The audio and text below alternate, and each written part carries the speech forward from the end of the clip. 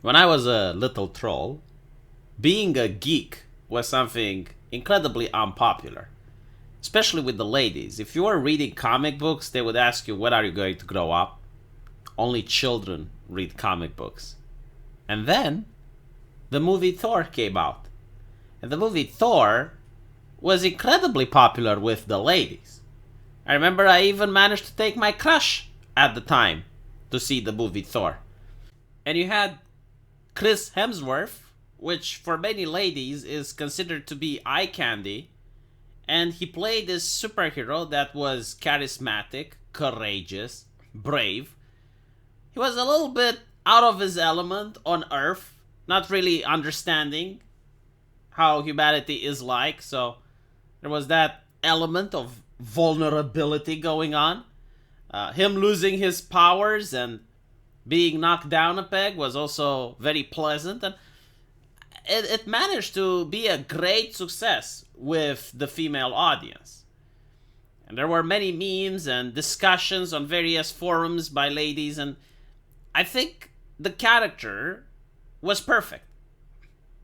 But then the wokeness happened in MCU, as some people like to call it, which is basically Marvel trying to push for strong, independent female characters. Now, there's nothing necessarily wrong with that, but in order for them to do it, they weren't confident on the characters, so they had to nerf the male cast.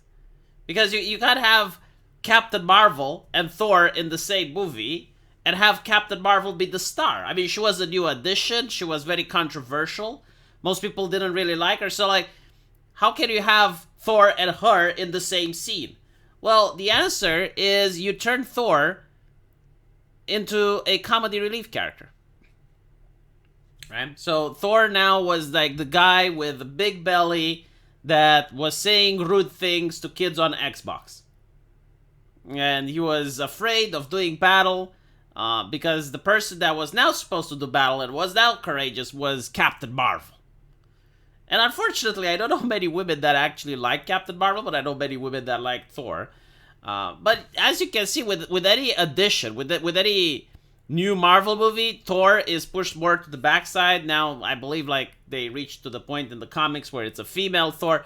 So basically, if you like this type of movie, if you like something that's genuinely inspired from Norse culture, where you have this guy that, yeah, he likes to drink and fight, but he's also very protective of his loved one and his friends, you're not going to get this character anymore. It's gone. Right? Like, even if it was a very popular character with the ladies, it's gone. You're not just, it's over. Like, if you want something similar, you can have Captain Marvel. Like, she is now the toxic masculinity lead. And she's the one that reacts to violence and is prone to violent behavior at every step of the way. This, not so much. They did the same with Hulk and with many of the other superheroes in order to make room for the MCU.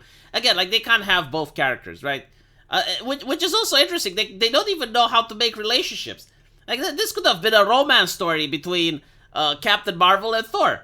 And you could have had a couple, like the first Marvel couple that's powered superheroes and they do stuff together and they're a team. No, they don't do that, right? They just kick away all of the male leads thinking that people are just going to watch the new superheroes. And it doesn't work that way. Now, what's interesting is that the actors themselves are noticing where the MCU is going. So first, it was a couple of days ago, I talked about Keanu Reeves, who doesn't want to take roles in the MCU. And now I have Chris Hemsworth as well, saying that he doesn't want to take roles anymore. Unless they're going to actually do a good Thor movie, which is very unlikely. So you're probably not going to see him anymore.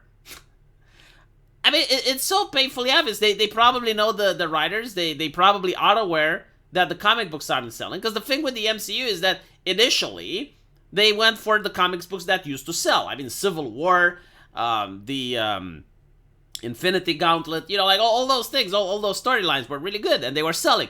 Now when you look at comics, nothing sells. So if they're going to be inspired from the way that the comics are, well, this is what you get.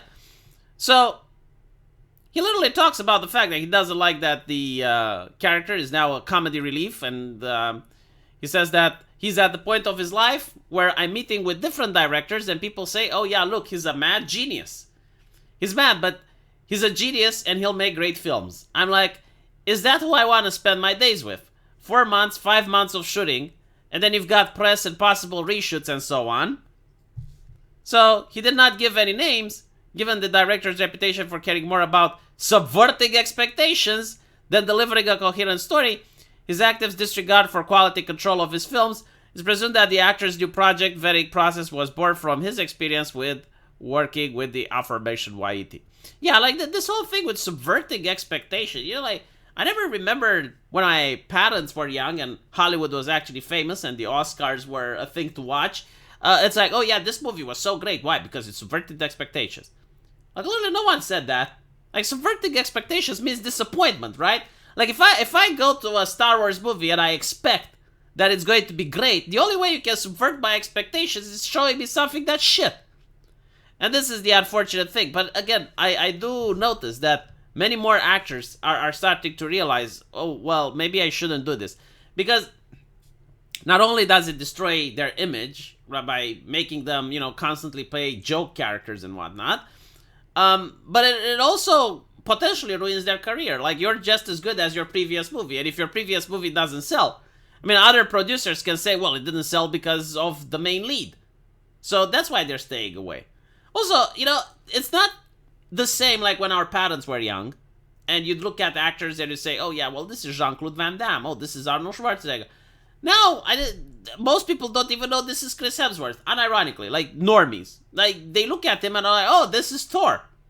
This is Iron Man, right? They don't know the name of the actual actor if people are really interested in reading social media and stuff.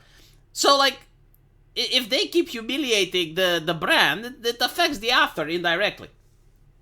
So anyway, right, let me know what you guys think, and I'll see you in the comment section. Take care.